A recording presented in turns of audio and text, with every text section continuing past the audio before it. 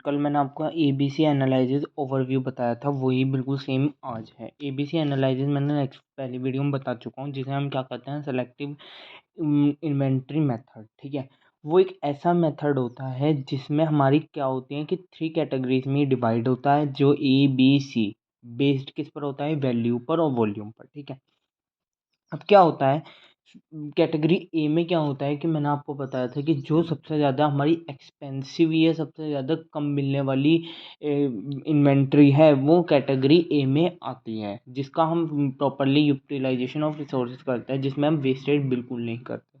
क्योंकि हमें वो कॉस्ट, जैसे कि आपने देखा होगा, कार कार का एग्जांपल लेते हैं, उसमें कुछ पार्ट्स ऐसे होते हैं जो हम यहाँ नहीं मिलते हैं, हमें बाहर से परचेज करने होते हैं।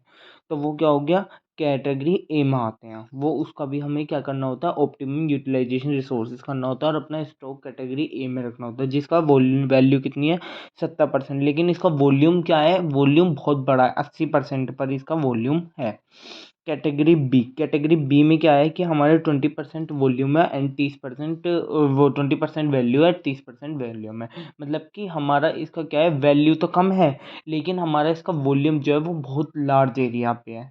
जैसे कि हम इसमें क्या करते हैं कि जैसे हमने मीडियम्स कंसेप्शन करना है, मतलब कि हमें जो आसपास मिल जाते हैं, मतलब इजीली हो सकता है कि इजीली ना मिले, पर हाँ हो सकता है कि कुछ पार्ट्स ऐसे होते हैं, जैसे कि हमें क्या करना होता है कि दूसरे कंट्री, वो दूसरे उससे मंगाना पड़ता है, शहर से मंगाना पड़ता है कि ये वाला पार्ट्स यहाँ नहीं हम लेगा, ये पार्ट्स यहाँ नहीं हम लेगा।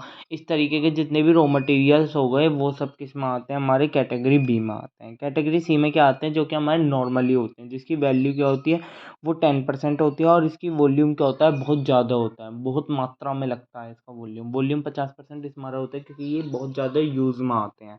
इसमें कैसा क्या क्या एग्जाम्पल होता है, शुगर कैन, सॉल्ट, ये सब चीज़ें जो डेली बेसिस पर, आटा, मैदा, ये सब चीज़ें जितनी भी हम डेली बेसिस पर वर्किंग यूज़ करते हैं, वो सारे इसमें क्या होते हैं, यूज़ आते हैं। इसमें हमारा क्या होता है कि वेस्टेज भी हमारा हो सकता है।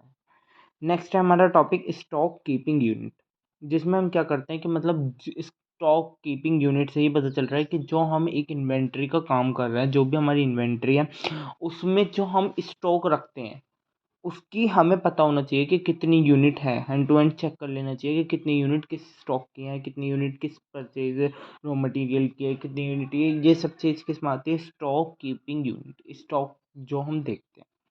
Thank you so much, please ऐसे चैनल। अभी लास्ट वो थी इसकी टॉपिक, यूनिट 4 आपकी कंप्लीट हो चुकी है। अब इसका कुछ इंपॉर्टेंट क्वेश्चन है, ये असाइनमेंट के रूप में दिखा रहा हूँ मैं आपको।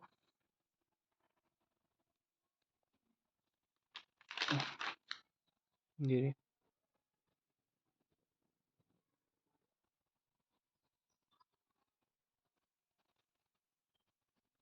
Thank you so much, please exercise channel.